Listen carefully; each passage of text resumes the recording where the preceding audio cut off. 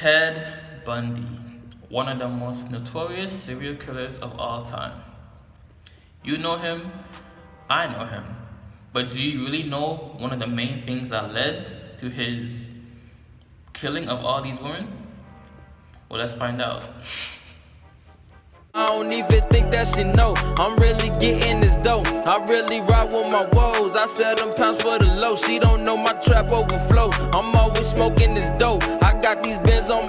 Hey man, what's good with you? Welcome back to the channel. If you're a returning subscriber, I appreciate you for rocking with me and continue to watch the videos I put out. I'm mad grateful. I appreciate you.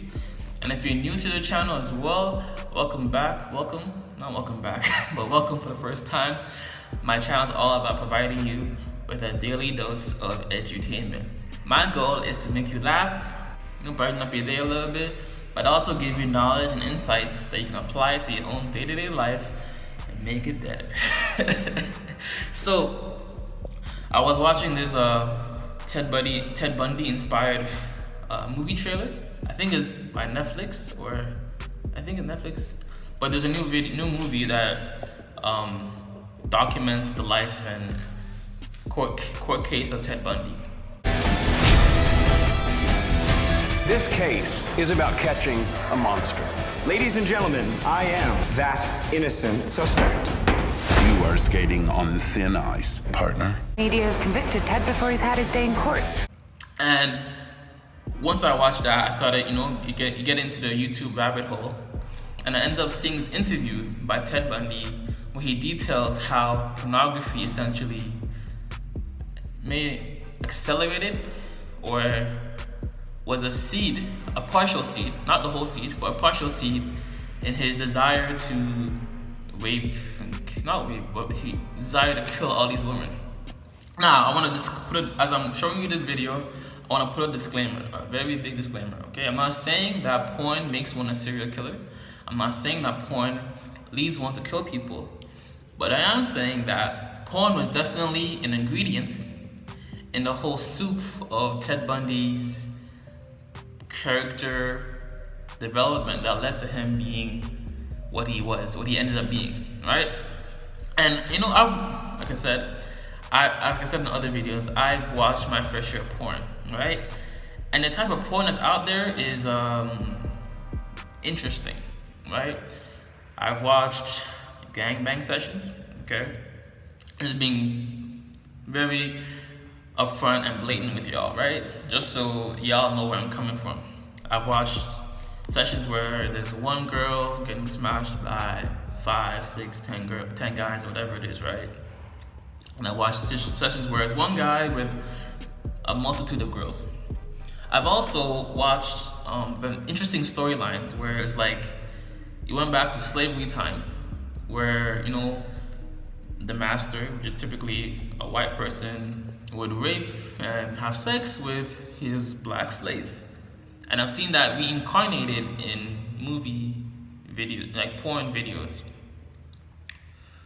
So, and I've also seen like bondage, like BDSM, all that stuff, like tied up and a lot of that stuff too. So what I'm saying is that watching that stuff from a young age may not necessarily be the full-on catalyst, but it's definitely part of the catalyst that may lead a young man or woman to rape, grope, or do other socially unacceptable things to other people because of that sexual desire that fosters in them from a young age. So watch this video by Ted Bundy detailing this is his last interview before he ended up getting, I think it was electrocuted, or he got the death penalty of sorts, right? So I'm gonna let him speak his perspective.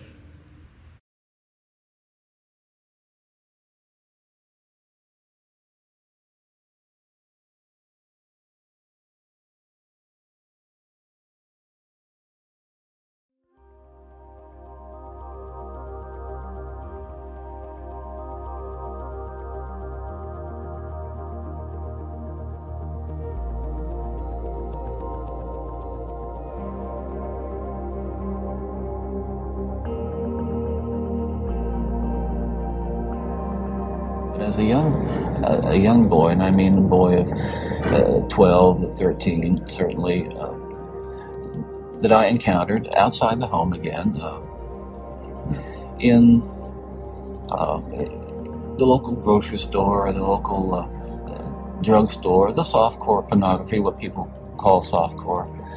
And it happens, it happened in stages, gradually. It doesn't necessarily, not to me at least, happen overnight. Once you become addicted to it, and I look at this as a kind of addiction, like other kinds of addiction, I would keep looking for more potent, more explicit, more graphic kinds of material. Like an addiction, you keep craving something which is harder, something which gives you a greater sense of excitement. Again, I'm talking from personal experience, hard, real personal experience. The most damaging kinds of pornography are those that involve violence and sexual violence.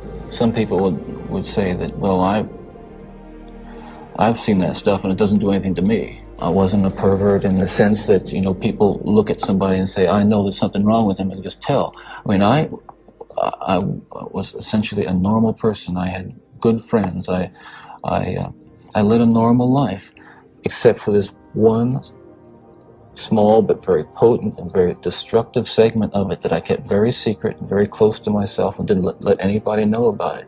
I'm no social scientist, and I haven't done a survey. I mean, I don't pretend that I know what John Q. Citizen thinks about this.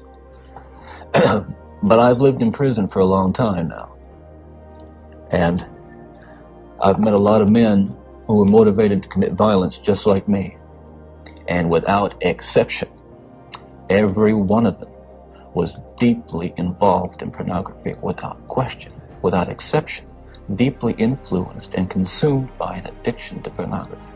There's no question about it. The FBI's own study on serial homicide shows that the most common interest among serial killers is pornography. And pornography can reach out and snatch a kid out of any house today. He snatched me out of my home. It snatched me out of my home 30 years ago. And as diligent as my parents were, and they were diligent in protecting their children,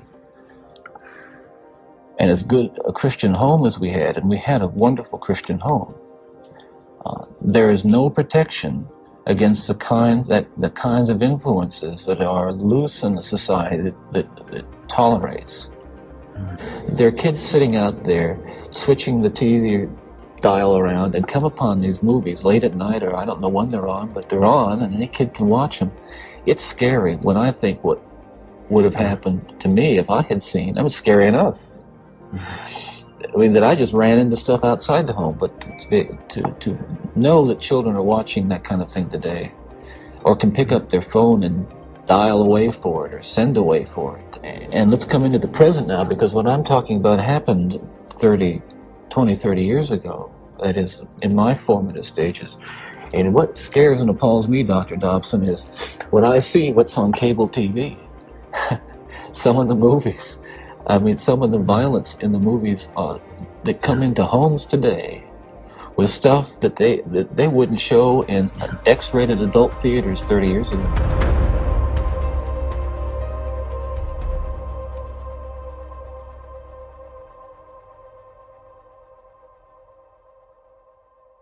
So like I said, you know, I'm not here to bash porn. I'm just here to make you think and rethink about your own relationship with porn and how it's affecting your life in a positive or negative manner. It's always important to ask ourselves why we do what we do, why do we watch what we watch, and why do we say what we say.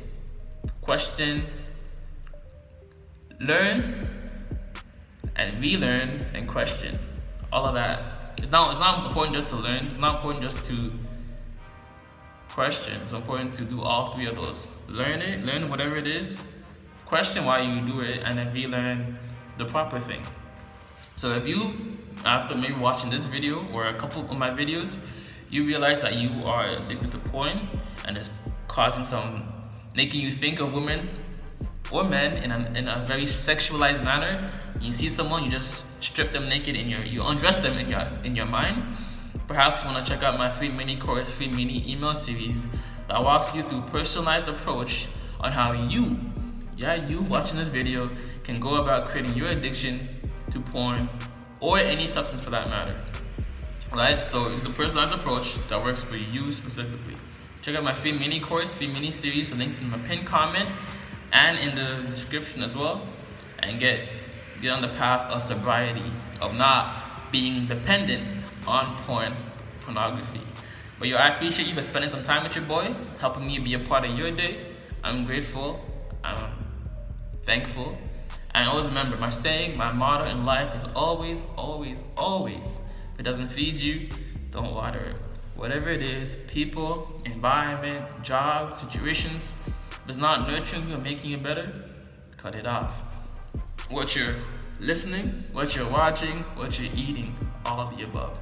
And always remember as well, keep that same energy, be real, be authentic, don't be fake, and don't tolerate guys, girls, or whoever that show fake love or fake support to you. If they doubted you in the beginning stages of your business, your company, your YouTube, and they didn't support you, but now once you're at the top, now those same people want to support you now, you tell them, keep that same energy of doubt you had when I started.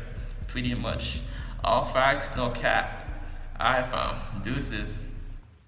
Flow. I'm always smoking this dope. I got these bins on my own. We going back to my home. Say, baby girl, tell me what you know. Say, girl, I'm hitting my glow. I say, roll up, blowing smoke.